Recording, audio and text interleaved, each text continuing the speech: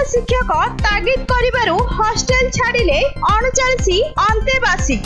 एभली घटना देखा मिली गंजाम जिला कविसूर्यनगर सहरर सर्वपुरातन संस्कृत टोल कविसूर्यनगर विद्यापीठ विद्यापीठर हॉस्टेल रही पड़ुथिबा नवम दशम श्रेणीर मोट 44 छात्रक मध्यरु 39 छात्र आज सकाळ हॉस्टेल छाड़ी कुआडे चाली जाइथिबा देखिबाकू मिलिछि।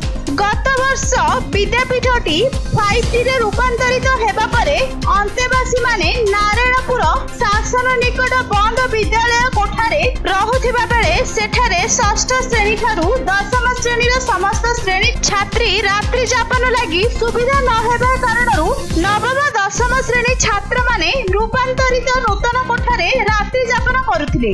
तेबे नूतन कोठा शौचालय रे लागिथिबा टेप गुडिक छात्र माने बारंबार भांगिबा कारणरू प्रधान शिक्षक समस्त को गाली गरिथिले। एही कारणरू छात्र माने हॉस्टेल छाड़िबा कहिसंती प्रधान शिक्षक और हॉस्टेल रे रहुथिबा अन्य छात्र अन्य पटे एही छात्र माने कुआडे जाइछंती ताहार वर्तमान सुधा कोनोसी सूचना नथिबा बेले एनै कविसूर्यनगर थाना रे प्रधान शिक्षक कविसूर्यनगर थाना रे लिखित अभियोग करिथिबा जणा पड़िछि। गंजाम रु भगवान पाढ़ी को रिपोर्ट न्यूज.in। मो नाम होचे सकबुला सिंह, मो गाँव होची कोठगुड़ी। को स्कूल रे पाठ पढुछो, केते क्लास रे पढुछो? कविसूर्य विद्यापीठ मु 9th श्रेणी रे पाठ पढुछि। तब आमे 9th 10th 25 जण थिलु, हेले गुरुजी आमान को आम 10 जोगुरु आमान को किछि पद कहले सेथि द्वारा तांके राग होय कि काली डिक्सासन नेले जे आमे समस्ते घर को पळेबा बोली कहले। तापरे समस्ते चली गले। केते एले सब कोन कहले तम माने? गुरुजी आमान को कहले जे आम भल जो कहले जे कोन भूल करथिलो कि नाय कोन बोले गुरुजी को कथा हमें मान लेनु सेथि पाए। कोन मानिलोनी कोन माने कोनु माने काई को पानी टेप खुलवा पाए कोई न कहिथिले आमे खुली देलु सेथि पाए। आ गुरुजी गाली कले तापर सेथि द्वारा से राग धर कि से हॉस्टेल समस्त सुइबा पाए जाउथिलु। से समय रे पिला जाको पळैथिले, आमे सेतले जानि नथिलु, उठिक जाइथिले सब पिला। पहले तुम मिसी तो थिला, पिला गला तो का कहिछु गुरुजी पिला पळले बोली कि ना आमे का कहलु।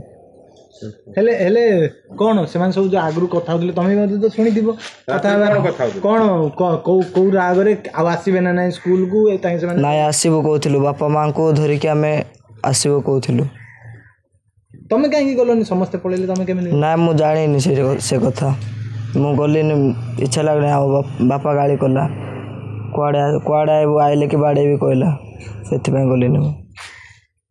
नवम श्रेणी और दशम श्रेणी छात्र आमर ये जो नारायणपुर शासन चली अनुष्ठान 5T स्कूल चलवा से कम हो द्वारा जगह न हबार आमर नवम श्रेणी और दशम श्रेणी छात्र मैंने जा ओरिजिनाल स्कूल रे मूल स्कूल आमर शयन करती 25 ରୁ 30 पिला से कार्यक्रम से जगार असुविधा देखी प्रधान पंडित हिसाब से मुझे तागिद कली। तागिद करने पर से माने से कथा को नहीं कौन प्रकार कथा क्या न कही 8:30 समय निष्पत्ति कले आम समस्त गाँव को चलीजु। राति पिओन मत फोन कर जनइला 8:30 ରୁ 9:30 पर्यटन से कथबार्ता कली, बुझेली, तथापि से बुझे ना तो लास्ट को भयर मत हाँ करदे आम रहबू जीवु ना सार। तथा मत डाउट लगिला से विद्यालय जो शोया गले रात पिओन को साथ शोया पठेली और पिओन पाखे भी रहा जहाँकि मुझे FIR लिखी। पिओन रहा मो मोबाइल खोला रखी राति 5:30 मत पिओन फोन कला नाई सार बर्तमान से समस्ते पलिया को बाहर 39 जन छात्र। मुझे फोन में कथा करने जो चेष्टा करने कहली से आउ कथा शुणिले ना समस्या ठारू चली जाइए। कौन कारण कौन कहीं विद्यालय छाड़ी जावार कारण विद्यालय शिक्षक मैंने से दायी।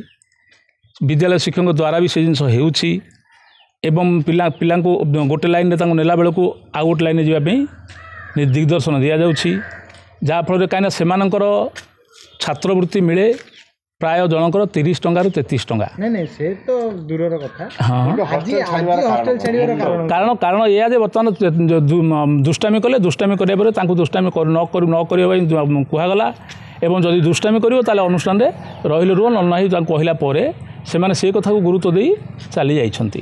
ସେମାନେ ଏବେ ଗଲେ କୁଆଡ଼େ? ସେମାନେ ତାଙ୍କ ଘରକୁ ଯିବା ପାଇଁ ମୋତେ କହିଛନ୍ତି। ହଁ ସେମାନେ ଏବେ ଗଲେ କୁଆଡ଼େ ଯାଇଛନ୍ତି ସେମାନଙ୍କର ପତା ଆପଣ ଜାଣିଛନ୍ତି? ନାଇଁ ପତା ତ ସେମାନେ ମୋତେ ଘରୁ ଗ୍ରାମକୁ ଚାଲିଯିବେ ବୋଲି କହିଲେ, କିନ୍ତୁ ତାଙ୍କ ପତା ମୁଁ କୁଆଡ଼େ ଯାଇଛନ୍ତି ପ୍ରକୃତ କଥା ତ ମୁଁ ମଧ୍ୟ ଜାଣିନାହିଁ। ସେଥିପାଇଁ ମୁଁ ସ୍କୁଲ ହେଡ଼ମାଷ୍ଟର ହିସାବରେ ଥାନାରେ ମଧ୍ୟ ଏକ FIR ଦେଇଛି।